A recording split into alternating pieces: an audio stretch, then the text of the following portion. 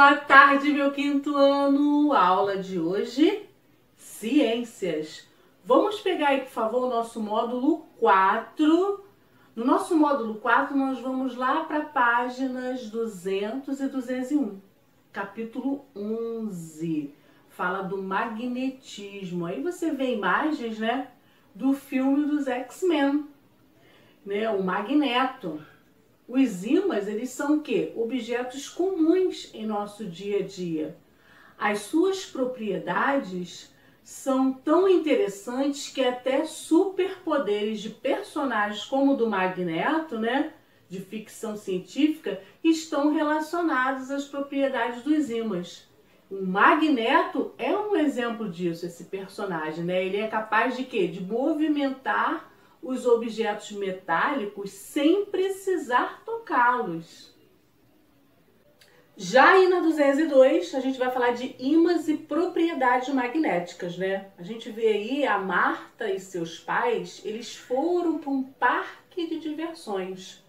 Uma das brincadeiras que toda criança gosta é a brincadeira da pescaria. Só que essa pescaria aí, né, como vocês podem ver, está diferente. Ao invés de peixes, a varinha, né, ela tinha um imã amarrado na extremidade da linha. Vamos acompanhar aí abaixo. Nem todos os metais são atraídos pelos ímãs. Essa atração ocorre principalmente com materiais que possuem ferro e níquel em sua composição. Marta, ela conseguiu pescar apenas alguns dos objetos com o formato de peixe. Ela notou que alguns deles eram atraídos pelo imã, preso aonde? Na linha de pesca. Enquanto outros, por mais que tentasse pegá-los, né, pescá-los ali, não eram atraídos pelo imã. A pescaria aí do parque de diversões se baseia em quê? Na propriedade dos ímãs, né? De atrair alguns metais, como quem? Como o ferro. Essa propriedade, ela está relacionada com o magnetismo, né? Os objetos que Marta conseguiu pescar, eles são feitos de ferro, que é um material atraído por ímãs. Já os objetos que ela não conseguiu pescar são de plástico, isso mesmo, plástico, que é um material que ele não é atraído por ímãs, né? Vamos para a página 203. Aí na página 203, a propriedade dos ímãs de atrair alguns metais é conhecida por diversos povos há mais de 2000 anos. Os gregos, por exemplo, perceberam que um mineral encontrado na região era capaz de atrair alguns corpos metálicos. Os primeiros registros desse mineral ocorreram em uma região chamada Magnésia, onde fica a atual Turquia. Por isso esse mineral ficou conhecido como magnetita e deu origem ao termo magnetismo. Então aí você vê a imagem da magnetita em estado bruto. Naquela época não se tinha muito conhecimento sobre as propriedades da magnetita, de atrair corpos metálicos.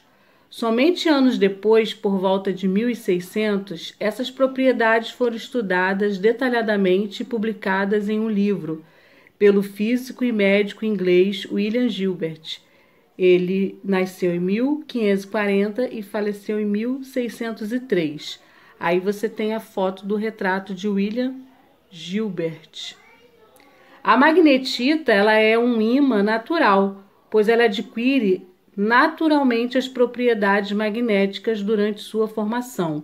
No entanto, a maioria dos ímãs que utilizamos atualmente são chamados de ímãs artificiais, pois são fabricados pelo ser humano. Na fabricação de um ímã artificial, materiais como o ferro e o aço passam por um processo de imantação, por meio do qual adquirem as propriedades magnéticas. Aqui abaixo você vê um alto-falante que é um ímã artificial, né? Os ímãs artificiais, eles têm diversas aplicações em nosso cotidiano. Eles também estão presentes em bússolas, portas de geladeiras, né? E em alguns motores elétricos. Aí na 204, os polos magnéticos de um ímã. Todo ímã ele possui dois polos magnéticos. O polo norte, que nós representamos pela letra N, e o polo sul, representado pela letra S.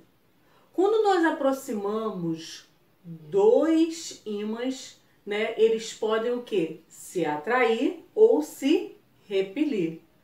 Os polos dos ímãs, eles não apresentam cores e nem letras, indicando seus polos. Nesse caso aí do livro, né, do módulo, as cores e as letras, elas foram utilizadas para quê? Para que fosse só pelos fins didáticos, para uma representação, né? Quando dois ímãs não são aproximados pelos polos iguais, eles se repelem. Agora, quando dois ímãs são aproximados pelos polos diferentes, eles se atraem. Então, quando os polos forem iguais, eles se repelem. Quando os polos forem diferentes, eles se atraem.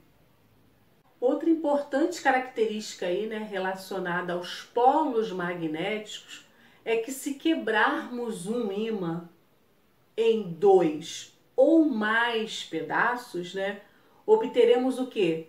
Dois ou mais novos ímãs, ou seja, cada pedaço terá um novo polo magnético. O norte, né, que é representado pela letra N, e o polo magnético sul, representado pela letra S. Veja as imagens aí abaixo, né, que a tia está mostrando aí para vocês, do módulo. A tia vai deixar aí atividades para vocês fixarem esse conteúdo no caderno e no livro. Qualquer dúvida, vá lá no privado da tia Joelma, tá bom? Um beijão, fiquem com Deus e se cuidem.